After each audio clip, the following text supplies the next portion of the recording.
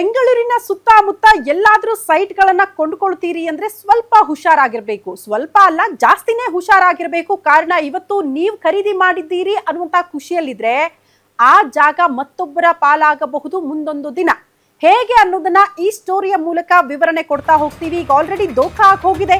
ಒಬ್ರಲ್ಲ ಇಬ್ರಲ್ಲ 300 ಜನ ಬೆಂಗಳೂರು ಸುತ್ತ ಸೈಟ್ ಖರೀದಿ ಮಾಡ್ತೀರಿ ಅಂದ್ರೆ ಎಚ್ಚರವಾಗಿರ್ಬೇಕು.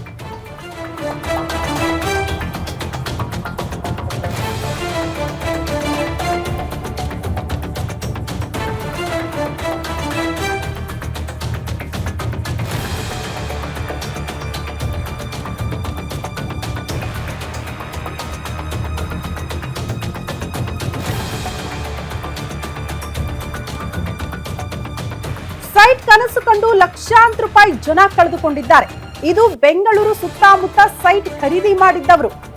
ಈ ರೀತಿಗೆ ದೋಖಕ್ಕೆ ಒಳಗಾಗಿದ್ದಾರೆ. ಪರಿಚಯಸ್ಥರಿಂದಲೇ ಸೈಟ್ ಕೊಳ್ಳೋರು ಕೂಡ ಈ ಸ್ಟೋರಿನ ಮಿಸ್ ಮಾಡದೆ ನೋಡ್ಲೇಬೇಕು. ಸೈಟ್ ವಿಚಾರದಲ್ಲಿ ಪರಿಚಯರಾದವರು ಕೂಡ ಮೋಸ ಮಾಡ್ತಾರೆ, ಹುಷಾರಾಗಿರಿ.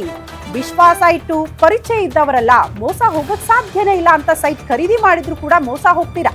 ಇದು ನಂಬಿ ಸೈಟ್ ಕೊಂಡವರ ಕಣ್ಣೀರ ಕಹಾನಿಯನ್ನ ಗ್ಯಾರಂಟಿ ನ್ಯೂಸ್ ನಿಮ್ಮ ಮುಂದೆ ಇಡ್ತಾ ಹೋಗುತ್ತೆ.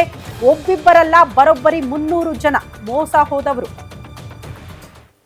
ಹಾಗಾದ್ರೆ ಆ 300 ಜನ ಯಾರು? ಯಾವ ರೀತಿ ಈ ಸೈಟ್ ವಿಚಾರಕ್ಕೆ ಸಂಬಂಧಪಟ್ಟಂತೆ ದೋಖಾ ಆಗಿದೆ? ಯಾರು ದೋಖಾ ಮಾಡಿದ್ರು? ಯಾವ ರೀತಿ ಪ್ಲಾನಿಂಗ್ ಆಗಿತ್ತು ಅನ್ನೋದ್ರ ಡೀಟೇಲ್ಸ್ ಅನ್ನ ನಿಮ್ಮ ಮುಂದೆ ಇಡ್ತಾ ಇದೀವಿ. ಸ್ವಂತ ಸೂರು ನಂಬಿ ಮೋಸ ಹೋದ ನಿವೃತ್ತ ನೌಕರರು.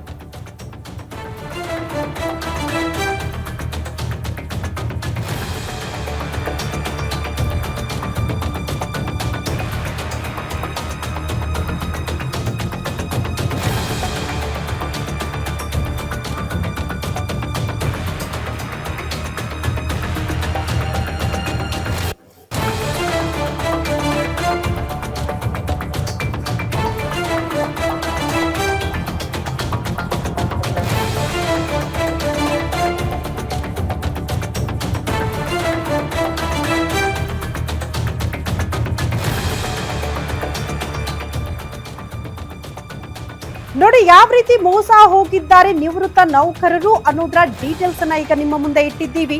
ಪ್ರಮುಖವಾಗಿ ಸ್ವಂತ ಸೂರು ನಂಬಿ ಮೋಸ ಹೋಗಿರುವಂತ ನಿವೃತ್ತ ನೌಕರರ ಕಥೆ ಇದು. ಲೇಔಟ್ ನಿರ್ಮಿಸ್ಕೊಡ್ತೀವಿ ಅಂತ ಹೇಳಿ ವಂಚನೆ ಮಾಡಿರುವಂತಹ ಗಂಭೀರ ಆರೋಪ.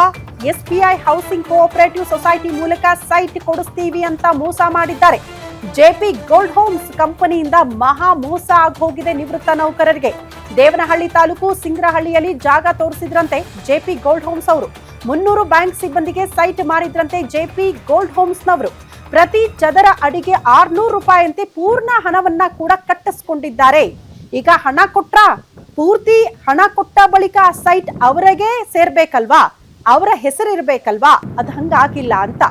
ನೋಡಿ, ಲೇಔಟ್ ಗಳನ್ನ ನಿರ್ಮಾಣ ಮಾಡ್ಕೊಡ್ತೀವಿ, ಎಲ್ಲಾ ರೀತಿಯ ಸೌಲಭ್ಯಗಳನ್ನ ಒದಗಿಸಿ ಸೈಟ್ ಅನ್ನ ನಿಮ್ಮ ಹೆಸರಿಗೆ ಮಾಡ್ಕೊಡ್ತೀವಿ ಅಂತ ನಂಬಿಸಿ ಪ್ರತಿ ಚದರ ಅಡಿಗೆ 600 ರೂಪಾಯಿಯಂತೆ ಒಂದು ಸೈಟ್ಗೆ ಎಷ್ಟು ಹಣ ಆಗುತ್ತೋ ಪೂರ್ಣ ಪ್ರಮಾಣದ ಹಣವನ್ನ ಕೂಡ ಈ JP ಗೋಲ್ಡ್ ಹೋಮ್ಸ್ ನವರು ಕಟ್ಟಿಸ್ಕೊಂಡಿದ್ದಾರೆ. ಈ BIAAPA ಅನುಮೋದನೆ ಬೇಕು ಅಂತ ಹೇಳ್ತಾ ಇದ್ದೀವಲ್ಲ ಕೆಳಗಡೆ, ಪ್ರಮುಖವಾಗಿ ಇದು ಬೆಂಗಳೂರು ಇಂಟರ್ನ್ಯಾಷನಲ್ ಏರ್ಪೋರ್ಟ್ ನ ಅಥಾರಿಟಿ.